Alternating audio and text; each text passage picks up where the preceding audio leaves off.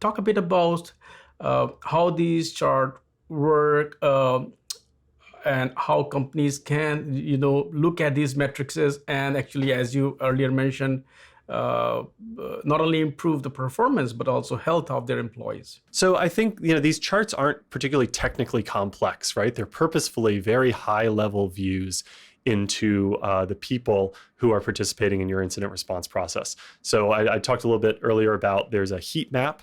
It's very similar to like a heat map that you'd expect to see in something like a Google Analytics, where you can go and get a really good idea of who's visiting your site when. Similarly, we do a really good job of boiling down when are these incidents happening that are requiring responders and giving you a high-level heat map of that data, which is immediately actionable, right? Like as soon as you understand when your incidents are happening, you can start to put a picture together of what's the impact that's happening on the people inside of your organization who are involved. Then we also have a series of charts after that that show the people who are participating in each part of the incident response process. So who's reporting these things, who's responding to these things, and then who's writing the postmortem, because it's not always the same person doing each of those steps, and each step is valuable in a different way for the organization, right? So when you're participating in the write-ups, right, you're really contributing heavily to the knowledge propagation, right, and systemic change inside of the organization. If you're a responder and you're consistently a responder, right,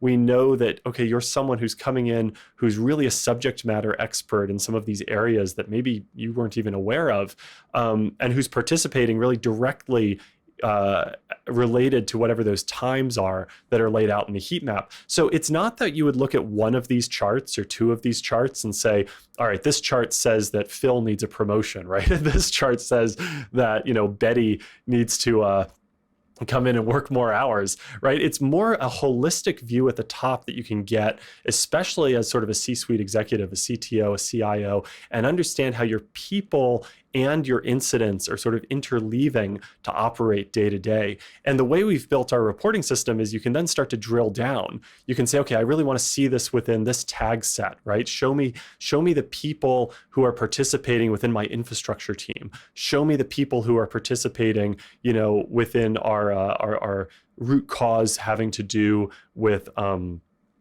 onboarding templates. There are all these like different angles you can take, and the whole system is built to be really easy. Type your tags in, type your date ranges in, get a bird's eye view of who are the people and when are these things happening.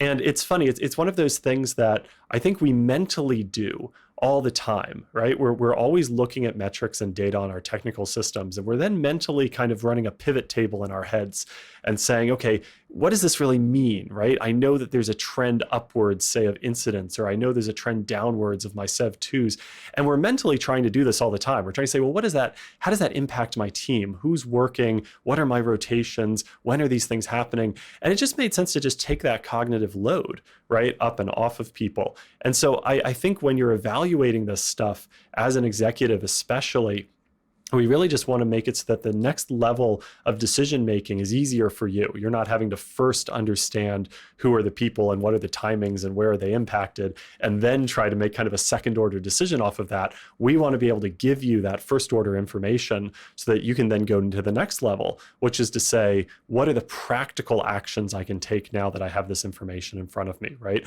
What do I really want this heat map to look like in my organization? For example, at Kintaba, right, we strive really aggressively to have our incidents happen during working hours. And that means that we have our pushes during working hours to production. We make sure that they happen early in the day, so we have lots of time for stabilization and if we receive any customer reports. And we worry if we see any of these individual charts coming back just showing one individual doing 90% of the work. If it turns out one person is doing all of the reporting, one person is writing all of the postmortems, first we reward, we say, okay, that deserves recognition, and then we follow up with systemic change. We say, okay, this on-call rotation is badly timed because it's just working out, that Cole is always the on-call responder. And even though we're happy with our heat map, we're unhappy with that distribution of work. And this is really what incident management is all about. It's a cultural impacting kind of a process. And so, those are the sorts of decisions we would expect you to be able to make based on the information.